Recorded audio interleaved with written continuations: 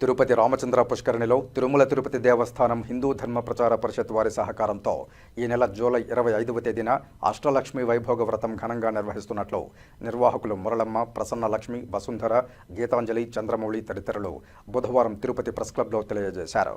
మేము ఈ నెల 25వ తేదీన మొదటి శ్రావణ శుక్రవారం సందర్భంగా తిరుపతిలో ఉన్న ఆధ్యాత్మిక గ్రూపులందరి తరపున మేమందరం కూడా అష్టలక్ష్మి వైభోగ వ్రతం అనేది తిరుపతిలో మొట్టమొదటిసారిగా శ్రీ సత్యనారాయణ స్వామీజీ వారి ఆధ్వర్యంలో సంకల్పించాము.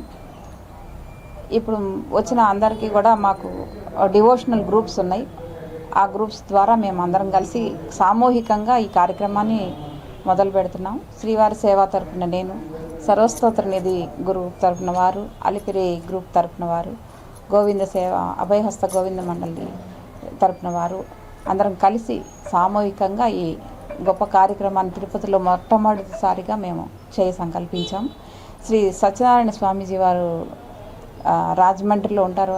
వారి సంకల్పంతో ఈ కార్యక్రమాన్ని ఇంత పెద్ద ఎత్తున 600 మంది మహిళలతో సంకల్పించాం. ఈ అష్టలక్ష్మి వైభోగ వ్రతంలో భాగంగా వచ్చిన మహిళలందరికీ కూడా అష్ట ద్రవ్యాలు ఇవ్వడం జరుగుతుంది. అందరినీ కూడా పూజలకి కూర్చోబెట్టడానికి ఉచితంగానే మేము వాళ్ళందరినీ కూడా పూజ కార్యక్రమంలో భాగంగా కూర్చోబెట్టడం జరుగుతుంది. ఇది తిరుపతి పుర ప్రజలందరికీ కూడా అందరికీ అవకాశం ఉంది. మహిళలందరికీ ఈ అవకాశాన్ని కల్పించి మేము ఈ కార్యక్రమానికి శ్రీకారం చుట్టడం జరిగింది.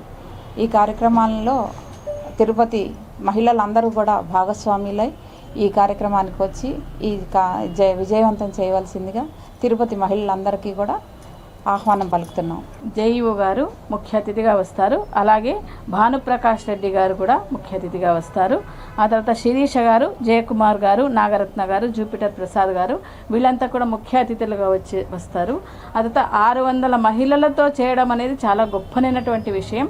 ఈ తిరుపతి ప్రజలంతా ఈ సద్వినియోగం చేసుకోవాలి ఈ అవకాశాన్ని అని కోరుకుంటున్నాం. అష్టలక్ష్మి చక్రము అలాగే రుద్రాక్ష కూడా దానిలో భాగంగా పూజ చేసి వాళ్ళందరికీ ఇవ్వడం జరుగుతుంది.